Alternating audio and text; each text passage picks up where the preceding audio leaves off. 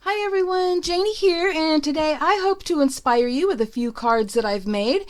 And even though they're already made, I will walk you through the process of each card as I show it to you, as well as the products that I used to make it with. For the cards that I'll be showing you today, I'm using the Globeland cutting die set that comes with 4 sets of nesting dies that create a torn edge look, and you may have seen that in my haul video. And I'll be using the ovals, rectangles, and squares, but not the circles. I'm also going to be using the cutting die set that has the wide variety of bottles in different sizes.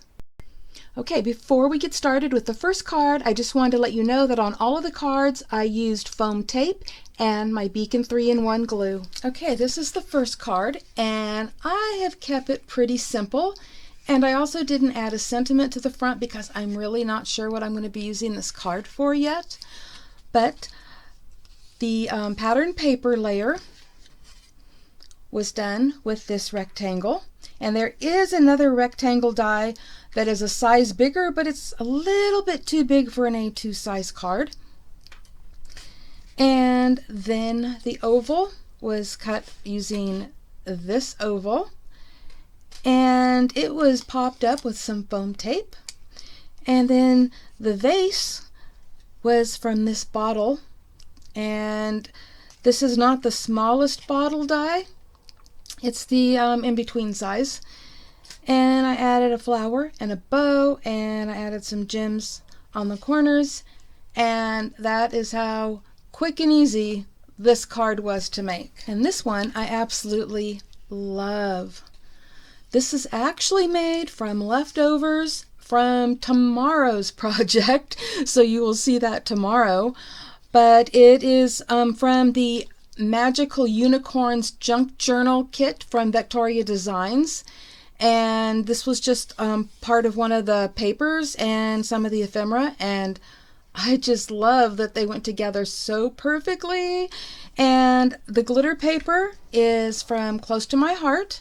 And I love it because it doesn't rub off, but it still has the texture and look of glitter. I love, love, love this. So this piece was cut from behind there because, as you know, I like to do my paper saving technique. So the paper that's on top was cut with this die. And then the glitter paper, I cut this piece out of the center of that, so that I'm not wasting it because nobody is going to see that. So there you go. That is my second card, and I love it. And it's kind of my way of saying, use your scraps, use your leftovers. Don't waste anything. Okay, so there's a lot going on with card number 3. So as you can tell, I started off with the easiest, and we're just kind of working our way through. And so this one is really a sweet card. I love it. This image right here is from Close to My Heart. And I just have the stamp set. They no longer sell the stamp set, but I just checked and they have the stamp with the coordinating dies. And that's really awesome. So if you're interested in that, I'll have a link below in the description box, along with links to everything else. So that's where that image came from. That's where that sentiment came from. And I just colored this with colored pencils. And again, I used glitter paper from Close to My Heart because it doesn't come off. And I absolutely love that, as I've already said. So let me kind of take you through what I did. First of all, I used the inlay technique that I recently shared, and if I remember, I'll put a link to it right here on the screen and at the end of the video as well.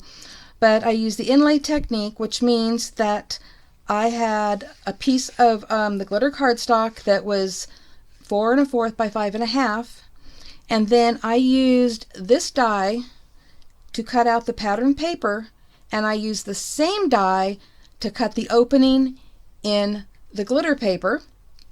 And so that would be this piece right here that I had cut out. And then, to not waste anything, I wanted the square layer here, hold on, the little glitter layer to go behind the image. And so I cut that out of here. again, to not waste anything. And then I cut this out from behind there. Again, not wasting anything. You guys are kind of getting used to me doing that. And so I used the glitter paper to also back the sentiment as well as the image. And then these hearts are, you can't even really tell. Oh, I wish you, oh, there, you kind of get a glimpse of the glossy dimensional on there. And what I did was I die cut these cute little hearts out of a scrap piece of the glitter paper. And then I used Nuvo crystal drops. And what is this color called? Well, it dries clear, whatever the color is called. I don't know. But I use that over the top of them so that they are dimensional and glossy, and I really like that. And I used foam tape behind the sentiment, and I actually forgot to tell you on this one, I also used foam tape behind the unicorn. And let's see, what else can I tell you about this one? I used the square to cut out the image. I used this rectangle to cut out the sentiment. And of course, you already know that I use this to cut out that layer there. And so I'm really loving that those dies have things small enough for sentiments. It's awesome. So I love this one because I used the square, I used the rectangle, I used the smaller piece. I just used a lot on this one, and I absolutely love how it came out. And I am going to tell you something. The inside of the card isn't done. None of the insides are done. But on this one, I'm going to be using this sentiment, which you can barely see here, but it says, "You will always be my friend. You know too much." And that's what's going to go on the inside. And this is also from Close to My Heart. And I don't sell it. And actually, I don't know anyone anymore that sells it. But I will still put a link to Close to My Heart if you're interested in this sentiment set. Okay, so that takes care of card number 3. Okay, now for card number 4, the only dies that I used on this were the bottle dies. And I used the medium-sized ones, and I did not use them all. But I used these 5, and that's all that would fit on the card. Otherwise, I probably would have grabbed more. But these are the dies that I used, and this is how they look. And they came out so beautiful. So I cut each of them out of white cardstock. And then I used a blending brush. And we're going to go from left to right. So this one was tea dye. This one is peeled paint. And sorry, but the color is not coming across good. I can see that. So it kind of looked brownish, but it's green. The middle one is scattered straw. The blue is chipped sapphire. And that is shabby shutters. So it's another green, a lighter green. And to get the look that you see on here, that looks like light is reflecting off from them, you know, and they look like jars.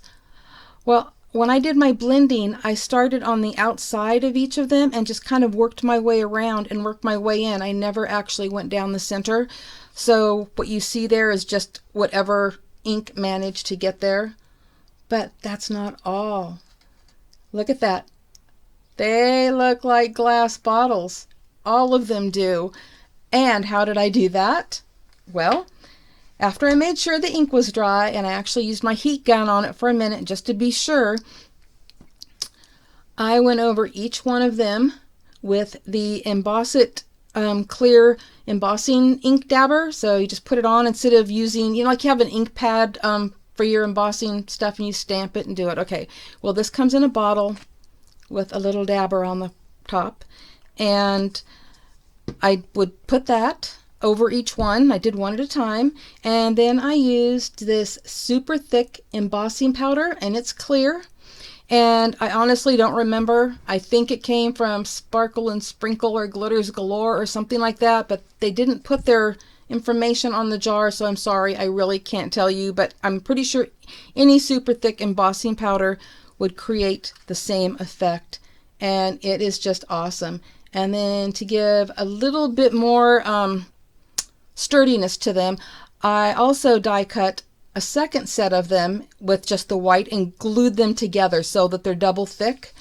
And then these two I used foam tape because I figured they're not all in a row. Some are in front of the other, some are up higher than the others, and I just wanted it to look realistic.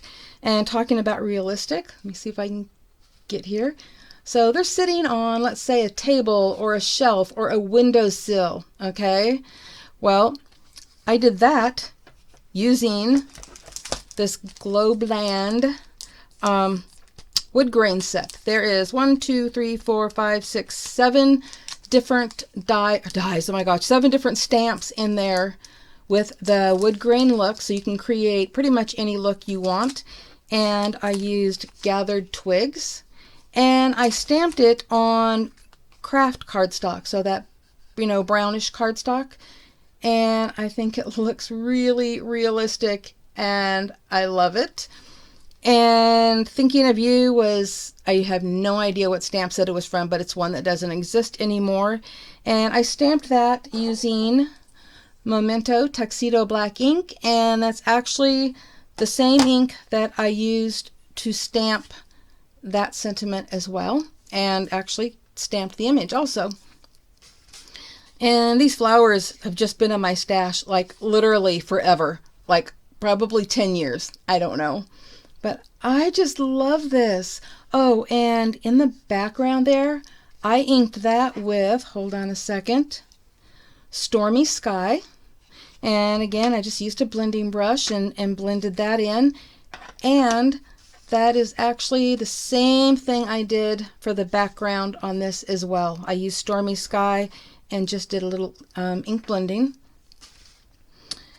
And oh my gosh, I just love this one. Seriously, I guess I would like to say it's my favorite, but I think I love them all. But I just love that these look like glass bottles sitting there holding the flowers. I'd love to know what you think about that. Actually, I'd love to know what you think about all of them. I'm hoping that they have inspired you and given you some ideas. And I'll have links below in the description box to everything I can find links to, and there will also be a discount code should you decide to shop at Globeland. Thank you all so much for stopping by, and happy crafting, everyone. Bye-bye.